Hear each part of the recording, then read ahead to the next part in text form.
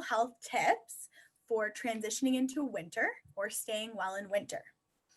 And so a little bit about that, right? So, why do we need that kind of support, or what would be helpful about that? Well, it's kind of because in the fall and winter, daylight hours are less, which means that our days are shorter, it's darker, and we're not getting as much exposure, right, to natural sunlight.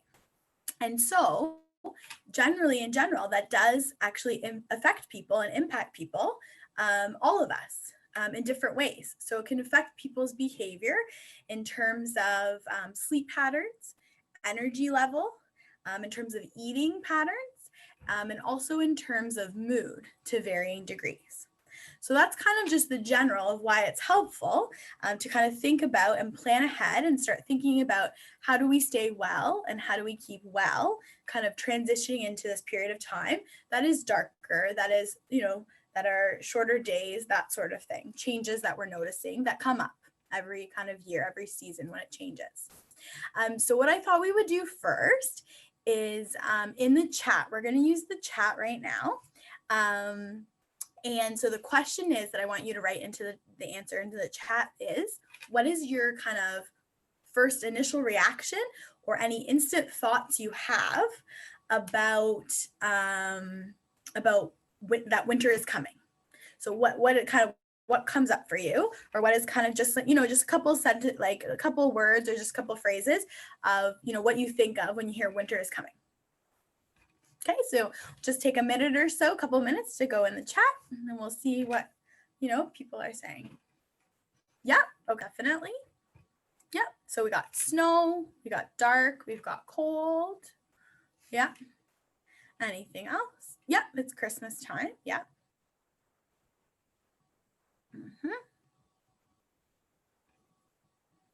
Yeah. I'll give it a little bit more to see if anyone else wants to add things. Ooh, comfy, yeah, getting comfy. Maybe a word comes up. Okay, hot cocoa or cozy comes up too, maybe. Yeah. People do think of it, right? When you get cold and there's snow or ice, and then you go have a warm up with a hot drink, right? That could be hot milk, hot apple cider, hot chocolate, tea, right? Anything like that. Hand pain. Okay, yeah. So having the dry air causes some hand pain. Yeah. Makes sense. Yeah. So it changes, right? So the idea is that our bodies and our minds have to adjust, right, to this transition, this period.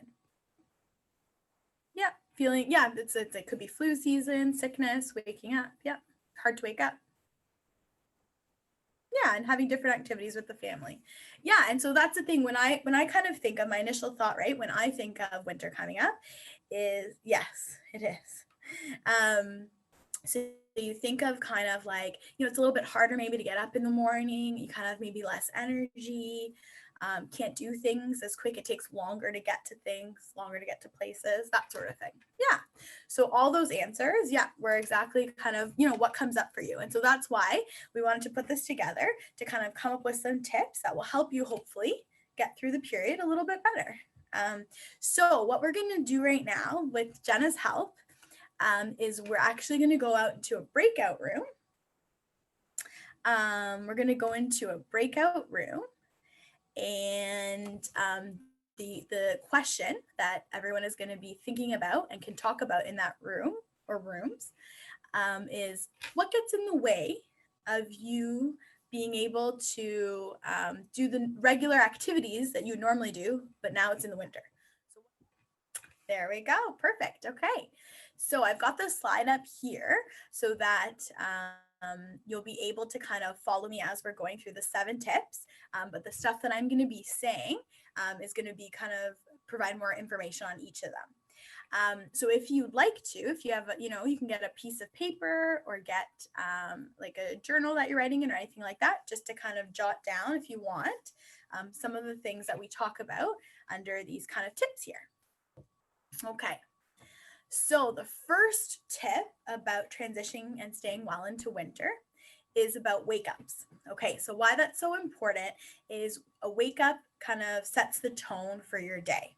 And wake-ups can be more challenging or more difficult in the fall and winter time because the daylight hours are reduced. So it means that when we're having to wake up and when the times that are things that we have to go to, like school and like work and like activities, they're still usually at the same time, even though it's dark outside, right?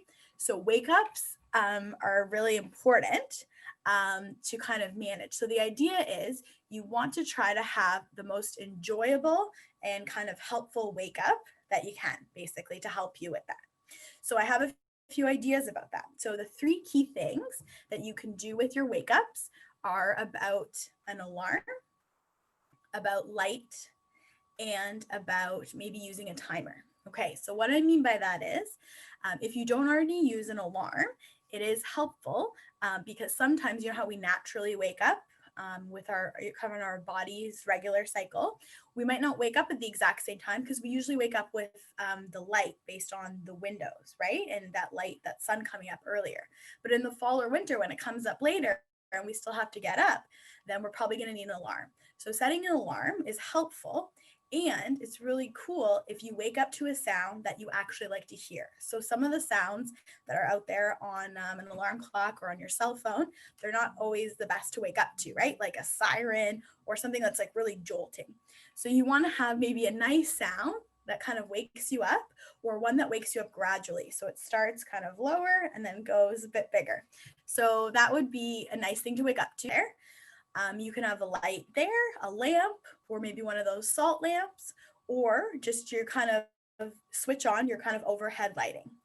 So that's helpful because it gets your body, letting your body know it's time to wake up, that you need to get going, that sort of thing, because we need the light to do that. And that's the difference in the fall and winter.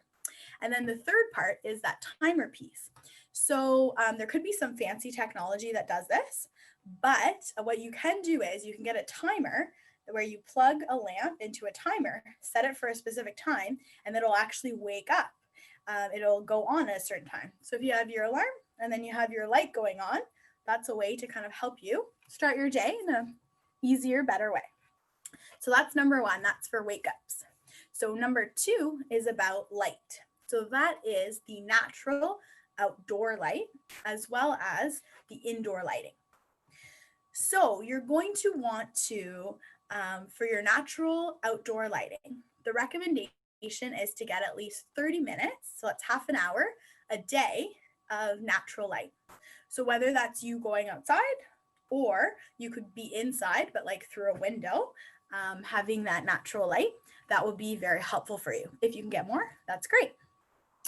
Then, because we spend more of our time indoors, usually during the winter, you're going to want to make sure you have really good lighting, or make sure that you really have lights on so that you're feeling, you know, it's telling your body, yes, I am motivated. Yes, I have energy. Yes, I can do things, right? Because if it's dark outside, it's dark inside, that tells your body you want to sleep. Yeah, exactly. Yeah. Yes, exactly. Hibernating. Yes. So that's the really important part about lighting.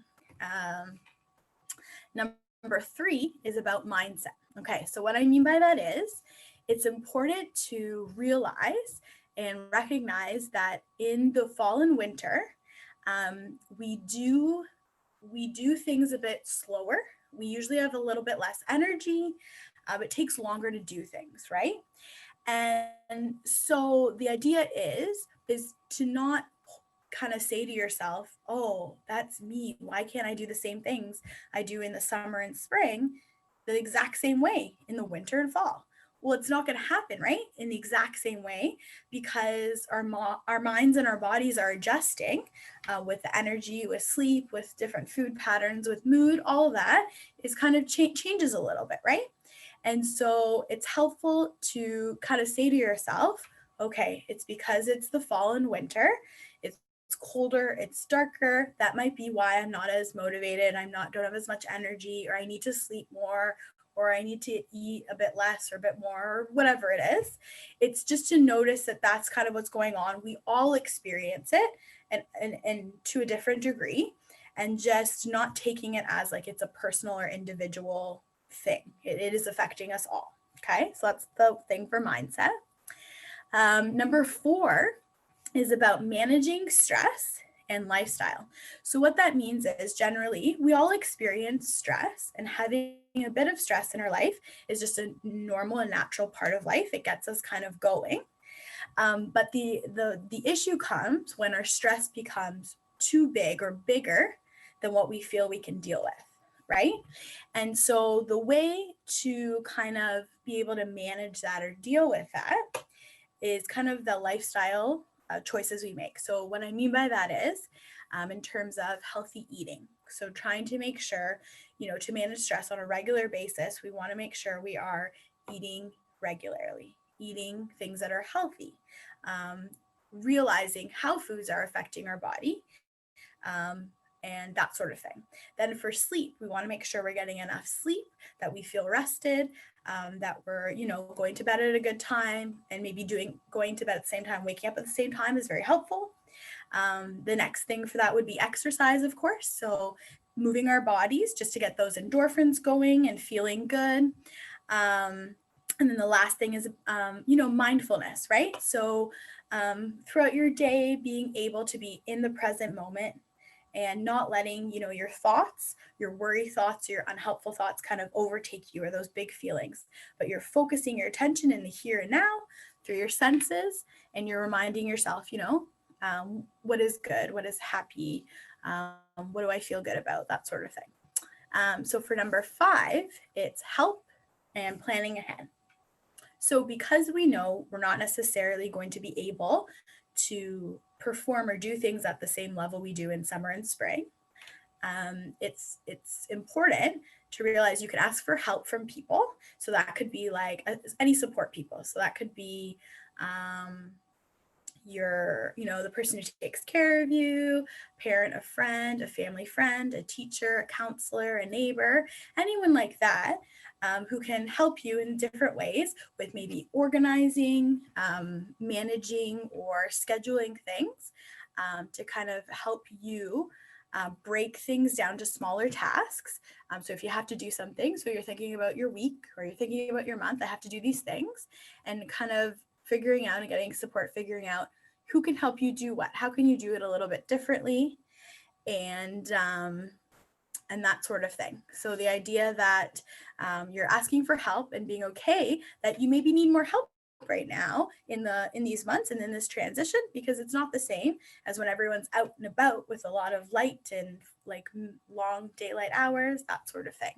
And then the planning ahead piece just lets you know that you have to, it's easier to work on things in small chunks, rather than maybe in the spring and summer you'd be able to do this thing just in one time, but maybe now in the fall and winter you need to break it down and do a little bit less, so that you can do it and get it done.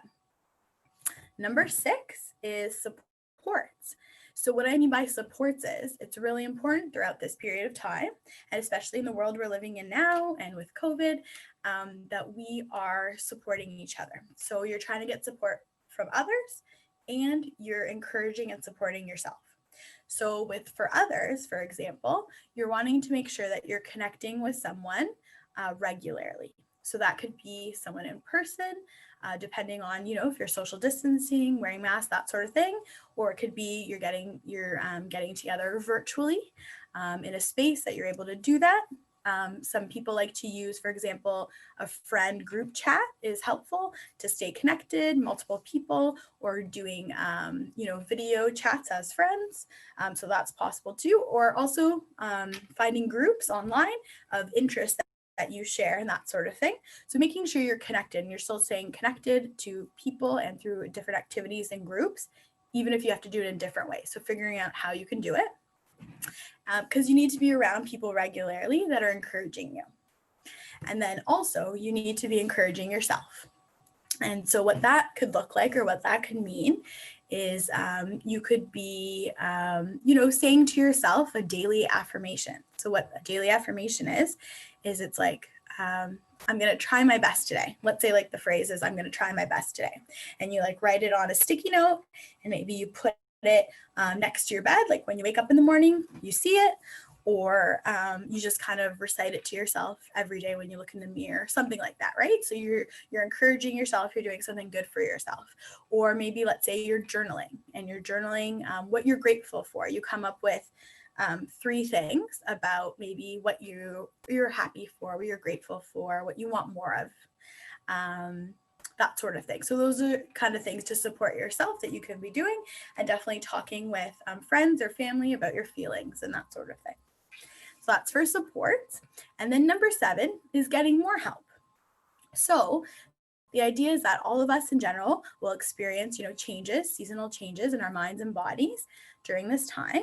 And if you're noticing that maybe it's going beyond, winter blues, and maybe you're feeling, like symptoms that, that are concerning you, right? So feeling very, very sad for a long period of time, not due to any other specific cause that you know of, or not feeling able to get out of bed for long periods of time, those sort of things, right? And so any type of those things, you're able to access more resources, right? So in that regard, it would be maybe counseling could be an option, as well as maybe going to see a healthcare provider. So in terms of counseling, for Wellkin, that would be, for example, our single sessions. You're able to call in virtually and have a session, or book or ask for an appointment, and then you can, have an in-person appointment.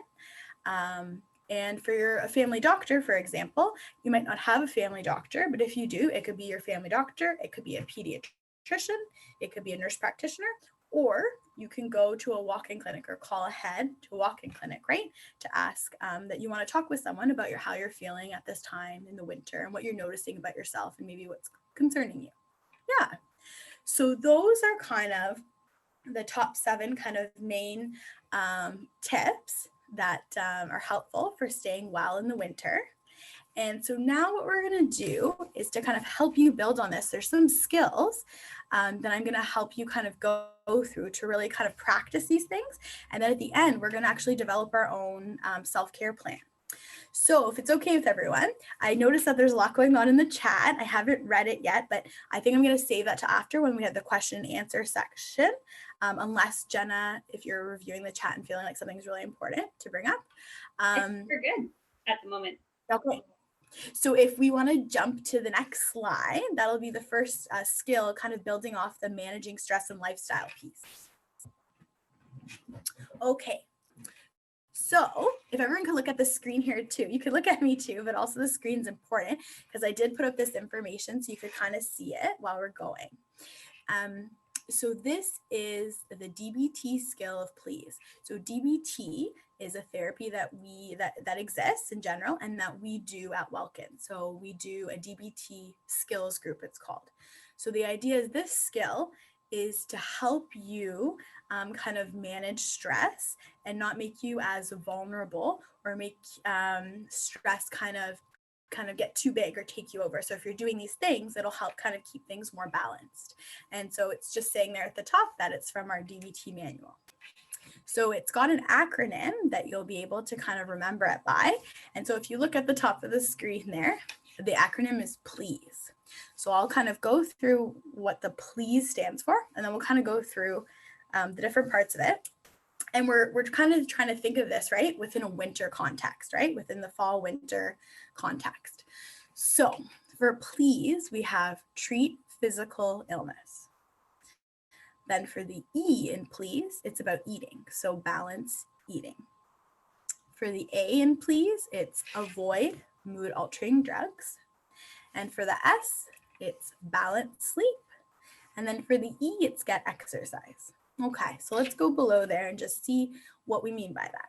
So for the treat the physical illness, the P and the L, it's meaning to kind of take care of your body. Make sure you're, putting the things in it that you need to keep it running smoothly, making sure you do what you need for your body.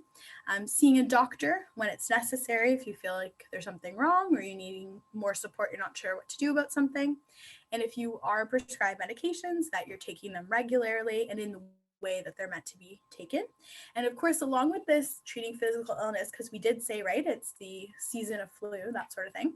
The idea is that if you do have a physical illness, that you are resting, that you are staying home, that you are doing what you need to do, to kind of deal with that illness, instead of trying to push yourself to do something that maybe your body, is needing time to heal from, right? So that's kind of the thing about treating physical illness.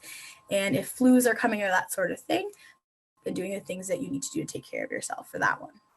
And then for the E, it's about balanced eating. So the idea is you don't want to eat too much or too little. So it's eating the right proportion for you, whatever that is. And that's going to be different from person to person, of course.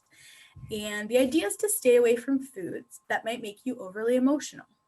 So what that means is there are certain foods that affect all people kind of in general, and then there's certain foods that affect us individually. So an example would be if you struggle with worry or anxiety, sometimes having a stimulant like caffeine, for example, increases that feeling in your body of worry and anxiety. So you may notice that if you have too much black tea or coffee or something that has caffeine in it, like a pop, that might make you feel more anxious, right? So it's just noticing those things and realizing, okay, maybe I shouldn't be having that if it's causing this for me, right? And just noticing how different foods make you feel. Like if you eat a lot of sugar or carbs and then you kind of crash after that sort of thing. So it's kind of just making sure that you're knowing how foods are affecting you. Then avoid mood altering drugs. That's what the A is for. And so the idea is staying off non-prescribed drugs like marijuana, pot, or alcohol. The idea is that they affect you in different ways, and that doesn't help you to kind of stay in balance if you're experiencing stress and that sort of thing. For the S, we have balanced sleep. So the idea is to try to get a good amount of sleep that helps you feel good. And so based on your age, whatever age is, there's different recommendations for sleep. Generally somewhere between, I think it's 7 and 9 hours, or 8 to 10 hours, that sort of thing, is in general, but looking up the specific one for you is helpful. And then the last E is get exercise. So this is just talking about how when we exercise, right, we get those feel good chemicals in our body that come. And so the idea is trying to do exercise every day. And they're recommending building up to 20 minutes or 30 minutes of intense exercise a day. So the idea is that this please skill is very helpful all the time, for us to use all the time to kind of keep in balance and stay well and stay healthy. But specifically in the winter, it'll help you in specific ways that winter affects us. Yeah. So there's that one. And then now we're going to go on to another skill. Okay. So this one is pretty cool. This is the DBT skill of self-soothing or comforting oneself using the 6 senses. Okay. So all of us might be a little bit familiar with this is, or definitely the skill. We do it naturally a lot of the time to ourselves, but I thought it would be helpful to kind of explain what this is and why we do it. Okay. So the idea is if we're feeling distressed and we're feeling, that we have these big emotions and we're not sure, how to deal with it. We don't want things to get worse. The idea is that we need to kind of soothe ourselves and comfort ourselves. So how it works in terms of developing that, because it's a skill, it's something that we need to develop, we need to work on, we need to practice to be able to do for ourselves, right? So how it works is when we start off as babies, the idea is that, the baby is distressed and whoever's caring for the baby, they're actually doing the soothing for the baby. So the baby's distressed. The caregiver provides some type of soothing to the baby by, let's say, their facial expressions, their body language, what they're saying, maybe warm blanket, maybe doing a specific need for them, right? Feeding them, changing their diaper, those sort of things. So that's when they're a baby.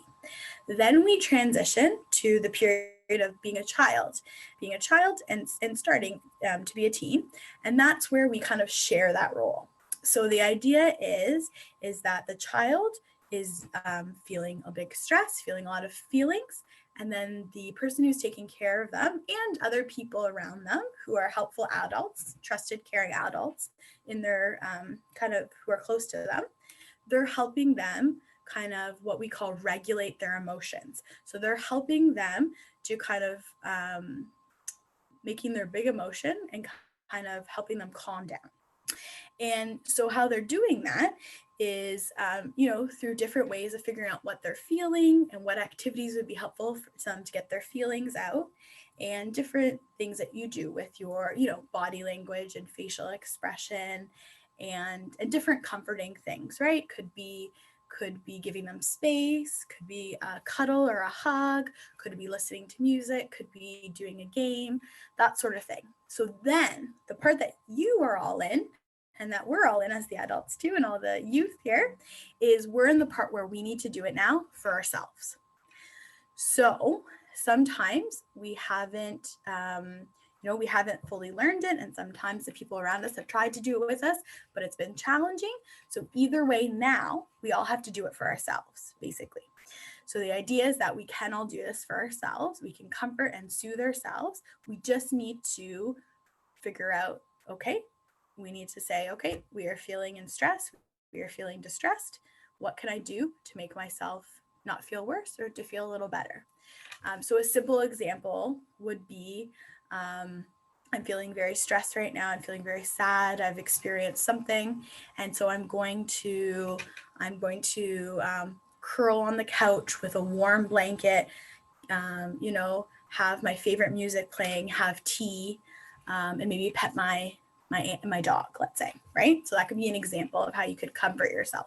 So now if you look kind of on the screen there, we're going to go through how you can soothe yourself through these 6 senses. So it's 5 senses plus movement there. And we're thinking about this in a winter context too. And we're also thinking about the idea of when we're able to comfort multiple of our senses, then we're able to kind of overall feel more comforted in general. So the first one is vision, or seeing. So this is where you can, watch a sunset, or for example, watch the snow fall would be an example for winter. Go to your favorite place and take in all the sights. Look at a photo album, look at nature, look at a poster, a people watch, right? That sort of thing. In the context of winter, it could be, watching the snow fall, or seeing, the Christmas lights, or like lights those sort of things, right? You can focus on those things.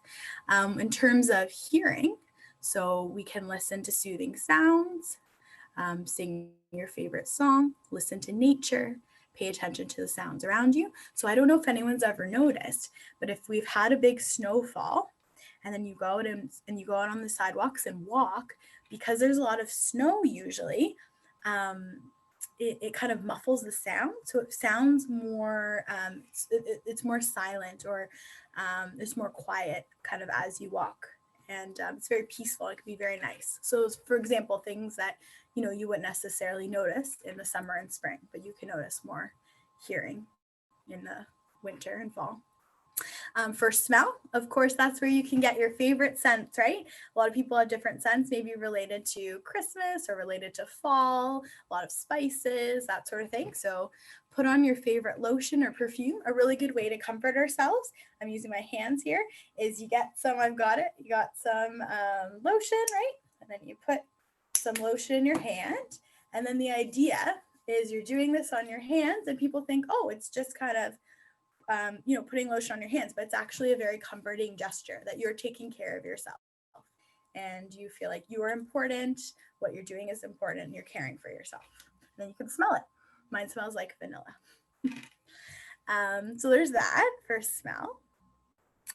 Also, it says like make cookies or popcorn. So, for the winter, maybe that would be like bake certain holiday treats, certain things that come out like clementines come out at this time of the year, right? Like they have the focuses on that, and on different smells, scented candles, that sort of thing. So that's for smell. Then for taste, have a good meal. So this is where you can have a comforting meal, right? Maybe stews or soups, or have a soothing drink. We kind of already talked about this, right? Where you said something hot, like maybe hot herbal tea, hot chocolate, hot apple cider, something warm and soothing, or just your favorite drink.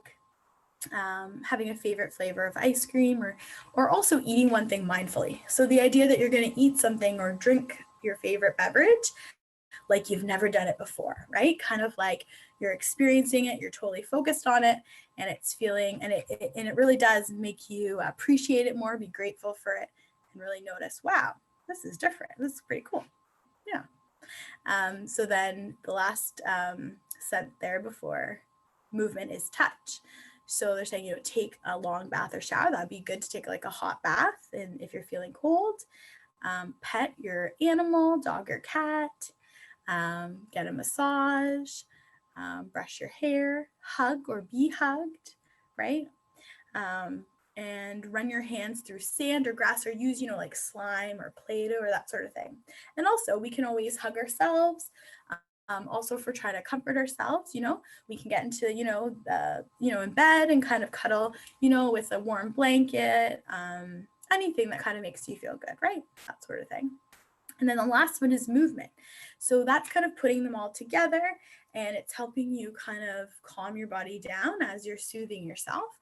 So rock yourself gently, stretch. You can go for a run, go for a walk, right? As it's snowing or after it snowed, go for a run, do yoga, and then dance. You can just have a little dance party in your house, in your own room, right? Something like that. So that's the idea of being able to comfort yourself. That will be really helpful to use over this time where we're more indoors during these months, and we want to comfort ourselves. Yeah. Okay, so we're going to move on to the one of the last skills before we do the self-care activity. Okay, so what you see on the screen right there is this is a grounding and then a calming activity. So what I mean by a grounding or mindfulness activity is it's just a fancy way of saying it's something you do that keeps you in the here and now, in the present moment with all of your senses, instead of being taken over by your big feelings or by your maybe worry thoughts or unhelpful thoughts. Okay? So what we're going to do is we're actually going to do this together. So I know that all of you, it's okay, you have your video off and your mics off, which is perfect for this, because you're going to want to do it in your own space on your own, which is fine. It's totally going to work. So I'm going to explain it first. I'm going to do it to show you how to do it. And then in between, you're going to practice it on your own, and we won't see you, but you'll be doing it. Okay. So how it works, this 3 things grounding, is basically it's the 3 of your senses, right? The seeing, hearing, and touching. And you're going to be seeing, hearing, or touching things that are in your space, in your environment right now. So how it's going to work is you're going to look around. For the seeing one, you're going to look around and find 3 things that you see, and their objects can be like furniture. It could be any object around. It could be your body. It could be the space you're in. Anything like that works. And then for sounds, it might be your breathing. It could be the things you hear in the room or outside. And then touch can be an object or your body or anything around you.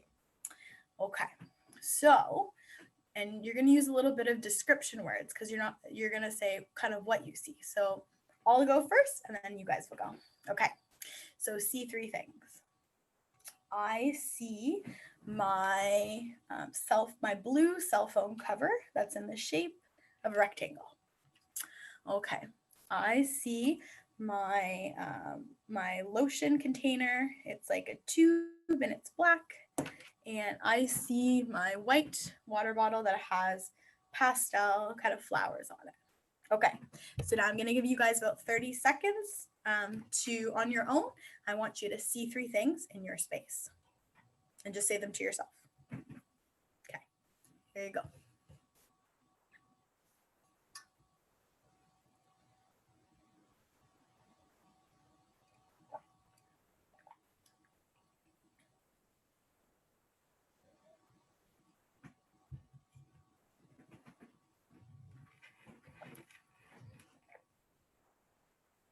Okay, that was probably enough time for everyone to see 3 things.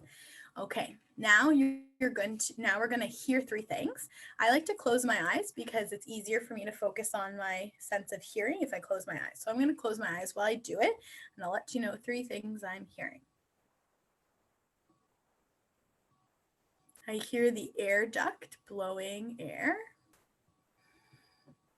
I hear myself breathing.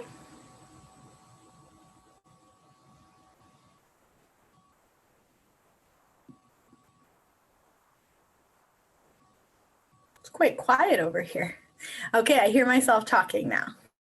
Okay, there we go. So now I want all of you to now hear 3 things in your space where you are. And if it's really quiet where you are, then you can try to hear your breathing, or you can make sounds like, or stomp your foot or clap your hands. Okay, so go hear 3 things now.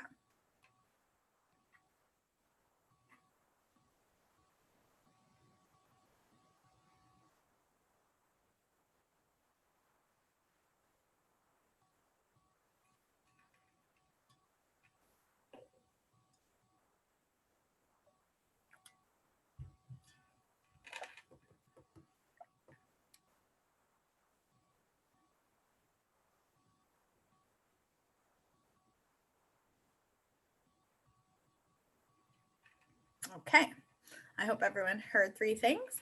And now I'm going to touch 3 things. Okay, so I'm touching the white, hard, smooth desk that I'm sitting at. I'm touching my ring is room temperature, and it's metal, and it's a bit bumpy. And then I'm touching my shirt. It is soft, and it's feeling soft and warm. Okay, and I want you all to touch 3 things around you, either objects or on yourself.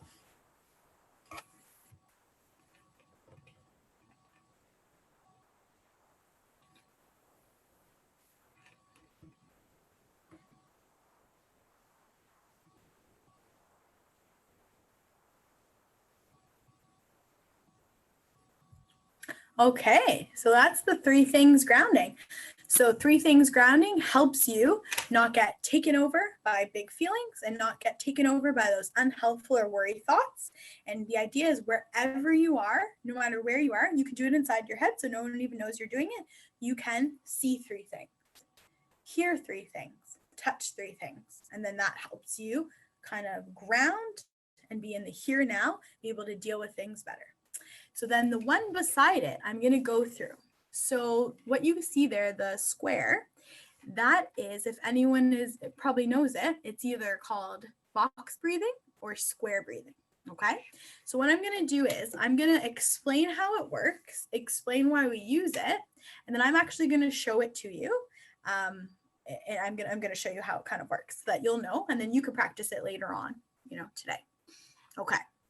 So first of all, you want to imagine a box or look at a box. So I have it on the screen for you to look at, or you can decide that you can, close your eyes and in your mind, imagine a box, or it's easy in your environment. You could find a door frame or a window or anything that's the shape of a box to help you follow with this square box breathing. Okay. And so the reason we do this is because regulating our breathing in a certain way helps send signals to the brain and the nervous system to calm down, chill out, it's okay, right? So it's letting our body know that by changing our breathing pattern in a safe way, of course. So the idea is you're going to imagine the box, and then you're going to start in the bottom left corner where you see that star, right? Where that star is. And so the idea is when you're going in your mind up the side of the box, that's when you're breathing in through your nose for about 4 counts. 1, 2, 3, 4. Then when you're going along the top of the box, you're holding your breath for 1, 2, 3, 4. Then as you're going down the side of the box, you're breathing out through your mouth. 1, 2, 3, 4. Then on the bottom, you're just breathing regularly and just resting. 1, 2, 3, 4. Okay. And so the idea is when you go around the whole box 1 time, that's just once. So you're going to do it 10 times. That's the whole round. So I'm going to show you for about 3 breaths, just so you can watch me do it and see how I do it. This is usually how I show people. Okay, so I'm actually going to do it with my eyes closed because that's how I normally practice, okay? So just follow me here. So you're going to imagine a box in your mind. You're going to start where the star is in the bottom left corner. Okay, now you would inhale through your nose for about 4 counts. Here we go. Hold for 4 counts on the top. Breathe out through your mouth for 4. Rest for 4, breathing normally. 10. Breathe in through your nose for 4. Hold for 4. Breathe out for 4. Rest for 4, breathing normally. 9. Breathe in through your nose for 4. Hold for 4. Breathe out through your mouth for 4.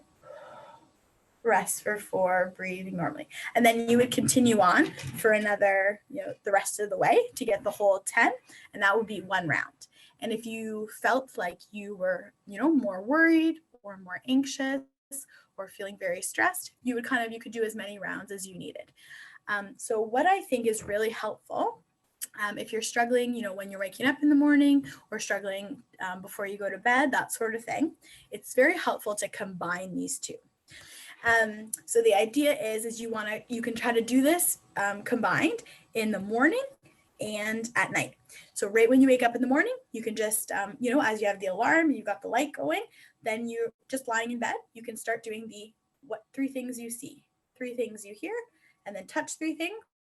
And then you can start going and doing the box breathing and doing a round of the box breathing together. Okay, so those are all of the skills. And then what we're going to do now is introduce the self-care plan. Okay, so for the self-care plan, the idea is that I'm going to kind of, so Jenna, do you want to come on for a second and just let me know what you're thinking?